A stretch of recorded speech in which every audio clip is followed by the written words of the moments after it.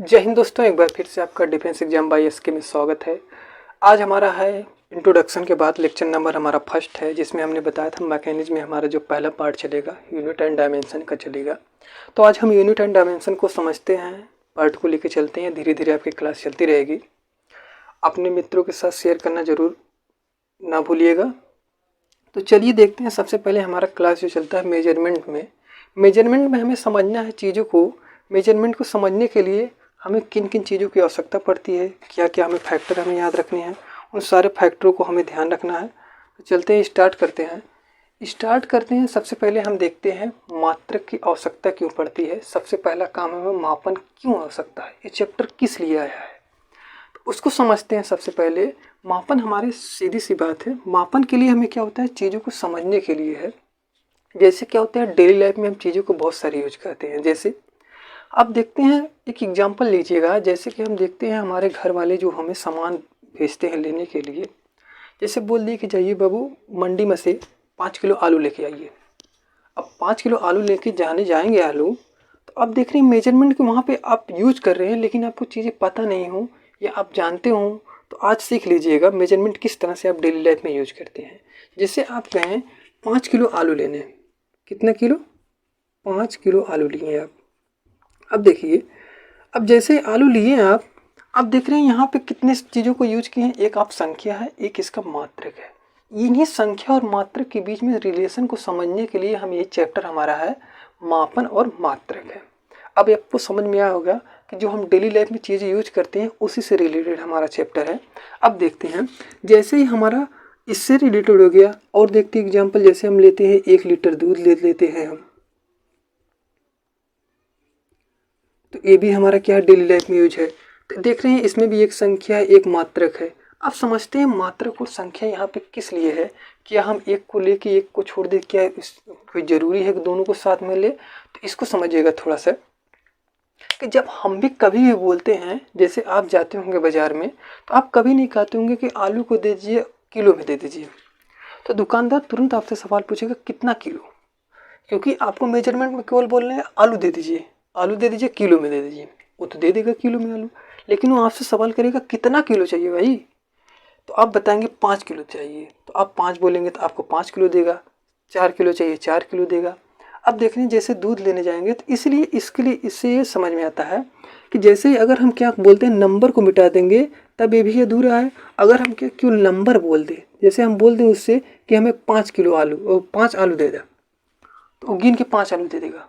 आप लेना कितना चाह रहे थे, 5 किलो आलू लेना चाह रहे थे, लेकिन आपने किलो नहीं बोला तो पूरा भावार्थ ही अलग हो जाता है। इसलिए हमेशा याद रखिएगा, इन दोनों के से किसी को आप छोड़ नहीं सकते हैं। आपको 5 भी संख्या भी ज़रूरत है और मात्रक भी ज़रूरत है। अब देखिएगा मेजरमेंट में हमेशा क्या होता है, 2 बातों का हमेशा खास ध्यान रखा जाता है। इन्हीं 2 बातों का, एक जो हमारा नंबर होता है, नंबर को हम बोल देते हैं आंकिक मान। क्या बोल देते हैं, आंकिक मान बोल देते हैं, या कहीं कहीं पे इसको बोल देते हैं परिमाण भी देते हैं। और दूसरा देखिएगा, दूसरा हमारा आवश्यकता होता है मात्रक की आवश्यकता होता है। किसका आवश्यकता होता है, मात्रक ढेर सारे मात्रक होते हैं। कुछ मात्रक जो होते हैं पार्टिसिपेट होते हैं, उनको समझेंगे किस तरह से अलग अलग एक दूसरे से होते हैं। मांकिक मान का होता है संख्याओं से नोट करना। जैसे हमने यहाँ पे 5 बोल दिया, 10 बोल दिया, 100 बोल दिया, 20 बोल दिया, कुछ भी संख्या हो सकती है। तो याद रखिएगा मापन के लिए किन चीज़ों की आवश्यकता होती है, हमेशा 2 चीज़ों की आवश्यकता होती है, एक आंकिक मान, एक मात्रक। इन दोनों के बिना अधूरा है, एक के बिना आप कोई काम नहीं चला सकते हैं। तो यहाँ तक आपको समझ में आया कि मापन के लिए क्यों आवश्यकता है, किन किन चीज़ों की आवश्यकता होती है। अब समझिएगा इनके बीच में एक रिलेशन चलता है, उस रिलेशन को समझिएगा पहले। जैसे हमारा क्या होता है, मात्रक को यदि हम क्या बोल देते हैं यू। अब देखिए यहाँ पे थोड़ा सा टर्म अब चलेगा फिजिक्स का जो चलता है। अगर मान लेते हैं आंकिक मान को हम नंबर मान रहे हैं तो एन से डिनोट कर रहे हैं, अगर मात्रक को हम यू से डिनोट कर लें तो हमारा मापन में मान लेते हैं हम कोई चीज़ को मापना है, मापन को हम मान लेते हैं डिनोट किससे कर रहे हैं, क्यू से डिनोट कर रहे हैं।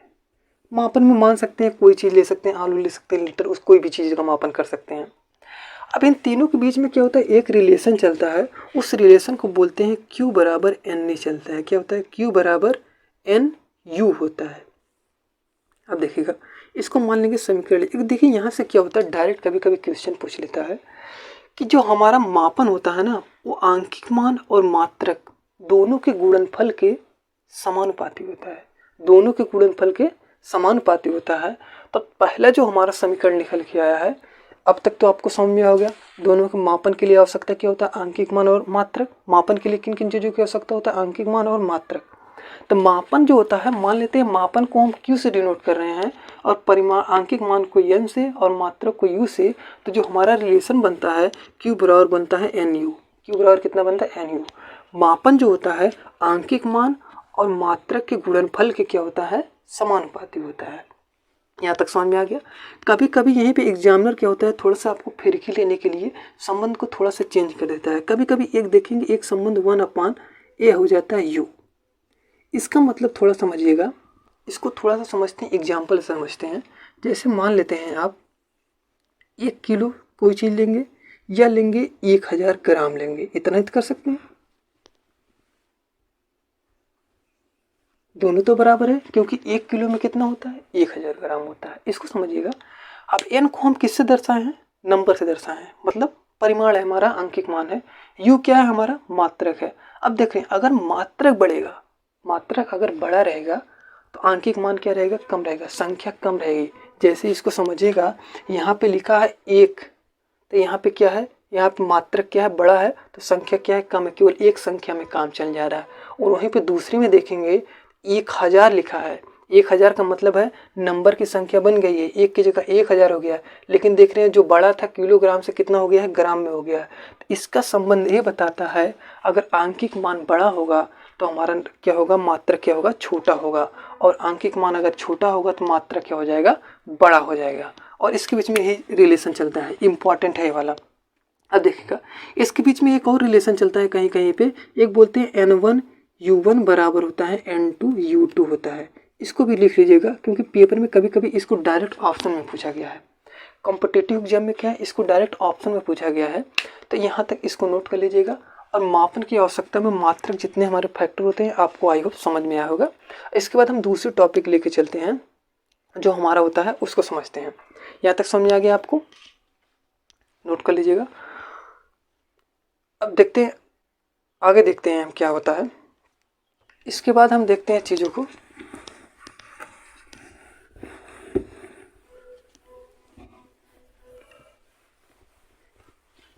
अब देखिएगा, अब देखते हैं मात्रक, हर चीज़ का मात्रक क्या होता है, अलग अलग होता है। अब देखिएगा, आप देखते होंगे कि जैसे इतना बड़ा देश है या वर्ल्ड इतना बड़ा है, हर जगह मात्रक तो सेम तो होगा नहीं, आपको भी दिमाग में आता होगा।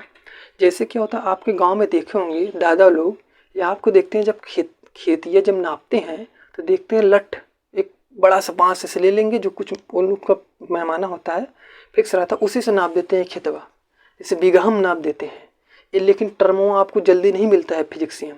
तो इसी को समझने के लिए आप समझिएगा कि हर जगह का मेजरमेंट अलग होता है, लेकिन क्या होता है उसको एक सार्वभौमिक जगह पे, मतलब हर जगह सेम जगह पे नापा जाए, उसके लिए हमें क्या होता है, मात्रा को कुछ फिक्स करना होता है।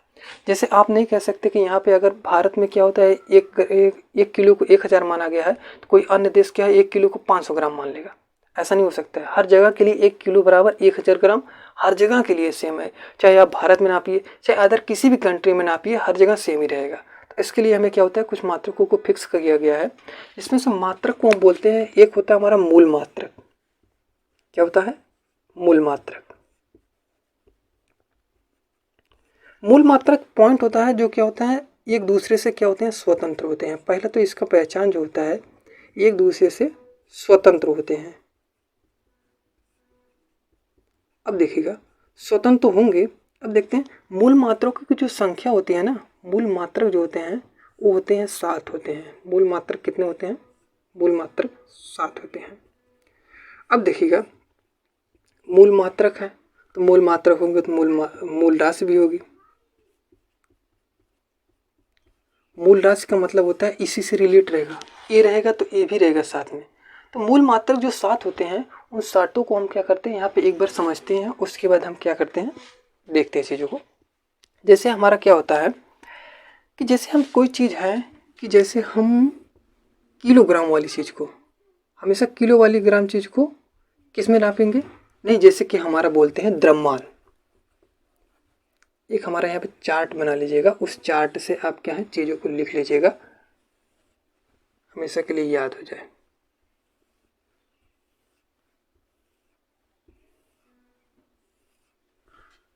जैसे क्या होता है, द्रव्यमान को हमेशा याद रखिएगा, द्रव्यमान को हमेशा किस में नापा जाता है, द्रव्यमान को हमेशा किलोग्राम में नापा जाता है। समय को हमेशा क्या होता है, समय को हमेशा सेकंड में नापा जाता है।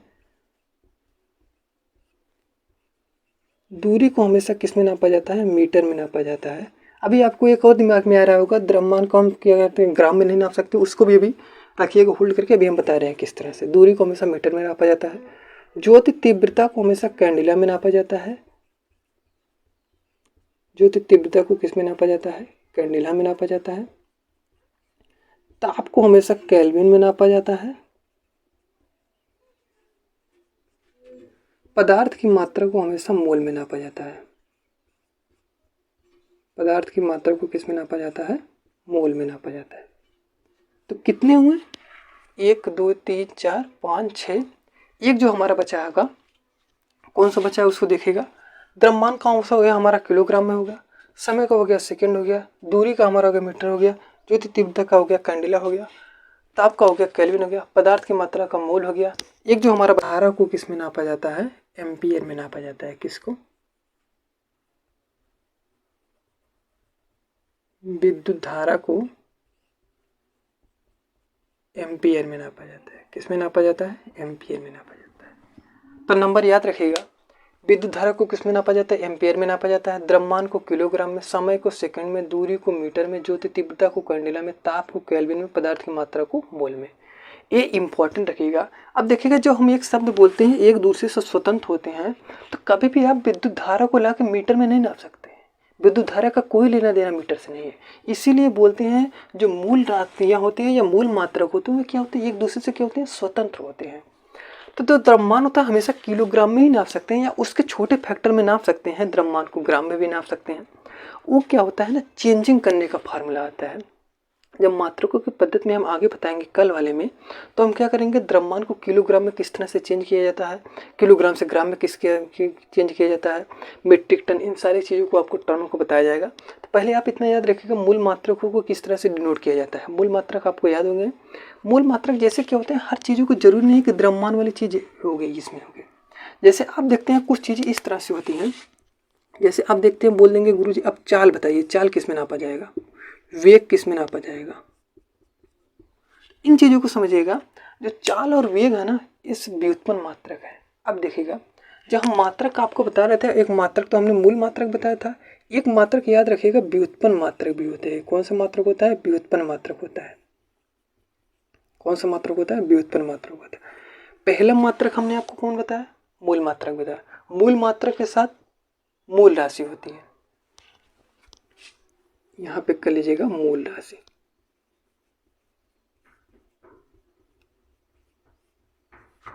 मूल मात्रक के साथ मूल राशि होते हैं, व्युत्पन्न मात्रक के साथ व्युत्पन्न राशि हो जाएगा। तो याद रखिएगा, मात्रकों में एक होता है मूल मात्रक। मूल मात्रक की पहचान होती है जो एक दूसरे से स्वतंत्र होती है। इनकी संख्या कितनी होती है, 7 होती है। व्युत्पन्न मात्रक होता है, व्युत्पन्न मात्रक में कोई संख्या लिमिट नहीं है, इसकी संख्या बहुत सारी है। इसीलिए कुछ चीज़ों को याद रखिएगा। जो व्युत्पन्न मात्रक होता है ना, ये मूल मात्रकों की सहायता से ही प्राप्त किया जाता है। किसकी सहायता से प्राप्त किया जाता है, मूल मात्रक की सहायता से। तो लाइन अगर लिखना चाहे तो आप लिख सकते हैं, व्युत्पन्न मात्रक, व्युत्पन्न मात्रक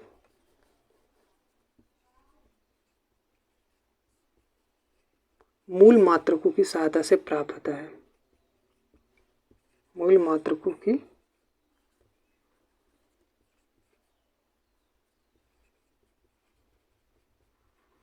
सहायता से प्राप्त होता है। अब किस तरह से होता है उसको समझिएगा। जैसे हमने आपको बताया, चाल वेग हो गया, एरिया हो गया, क्षेत्रफल हो गया, समवेग हो गया, आवेग हो गया, इन सारे मात्रक कैसे मात्रक है, मूल मात्रक है। मूल मात्रक की पहचान क्या होती है, पहले तो मात्रक होता है मूल मात्रकों की सहायता होती है, स्वतंत्र ये कभी नहीं होती है क्योंकि ये मूल मात्रकों की सहायता से प्राप्त हो रही हैं। जैसे हमें चाल है, चाल का मात्रक हमें पता होता है दूरी बट्टा समय। चाल बराबर क्या होता है, दूरी बट्टा समय होता है। क्या होता है, दूरी बट्टा समय होता है। अब आपको पता होगा दूरी इसमें आ रहा है कि नहीं, दूरी इसमें किस में नापा जाता है, दूरी को किस में नापा जाता है, मीटर में नापा जाता है। तो आप बोल सकते हैं यहाँ पे कि दूरी को मीटर में नापा जाता है, तो मीटर हो गया एम, मीटर हो गया, और समय को किस में नापा जा रहा है, सेकंड में नापा जा रहा है, एस हो जाएगा। तो आप बोल सकते हैं चाल का जो मात्रक हो जाएगा मीटर पर सेकंड, किसके सहायता से निकल रहा है, मूल मात्रक की सहायता से। ये चार्ट इंपॉर्टेंट है, मोस्ट इंपॉर्टेंट है, इसको लिख लीजिएगा। यहाँ तक आपको चीज़ समझ में आ गया। तो सबसे पहले हमने क्या पढ़ा, मेजरमेंट, मापन की आवश्यकता क्यों होती है, मापन की आवश्यकता के बीच में जो हमारा संबंध चलता है Q बराबर NU, उसके हम रिलेशन के बीच में समझे। दूसरा हम समझते हैं मात्रक, मात्रक कितने प्रकार के, मात्रकों को देखते हैं व्युत्पन्न रिलेट करने के लिए, जैसे हर जगह अलग होता है, उसको क्या कहते हैं, एक मूल मात्रक होता है, एक व्युत्पन्न मात्रक होता है। मूल मात्रकों की संख्या सीमित होती है, ये स्वतंत्र होती है, तो उसको हम मूल मात्रक बोलते हैं। व्युत्पन्न मात्रक उसको बोलते हैं जिनकी संख्या इनफाइनाइट है, जो क्या होते हैं, मूल मात्रकों की सहायता से प्राप्त होते हैं, उसको बोलते हैं व्युत्पन्न मात्रक बोलते हैं। व्युत्पन्न मात्रक जैसे होता है चाल, वेग हो गया, संवेग हो गया, आवेग हो गया, क्षेत्रफल हो गया, शक्ति हो गया, कार्य हो गया, ऊर्जा हो गया, ये सब क्या होते हैं, व्युत्पन्न मात्रक होते हैं। और मूल मात्रक क्या होते हैं, इतने मूल मात्रक सेम है। विद्युत धारा को एम्पियर में, द्रव्यमान को किलोग्राम में, समय के सेकंड को, दूरी को मीटर में, ज्योति तीव्रता को कैंडेला में, ताप को केल्विन में, पदार्थ की मात्रा को मोल में। यहाँ तक आपको समझ में आ गया। तो आज की क्लास के लिए इतना ही रखते हैं। कल हम देखेंगे मात्रक की पद्धति देखते हैं, जिसमें से हम देखेंगे MKS पद्धति क्या होता है, CGS पद्धति क्या होता है, किसको ब्रिटिश पद्धति बोलते हैं, FPS पद्धति क्या होता है, इन सारे पद्धति के बारे में देखेंगे। उसके बाद क्या होता है, इसके फैक्टर कभी कभी मान पूछ लेता है, उन मानों को भी देखेंगे। तो आज की क्लास के लिए इतना ही रखते हैं, इस टेबल को याद रख लीजिएगा। तो आज की क्लास के लिए इतना ही। जय हिंद।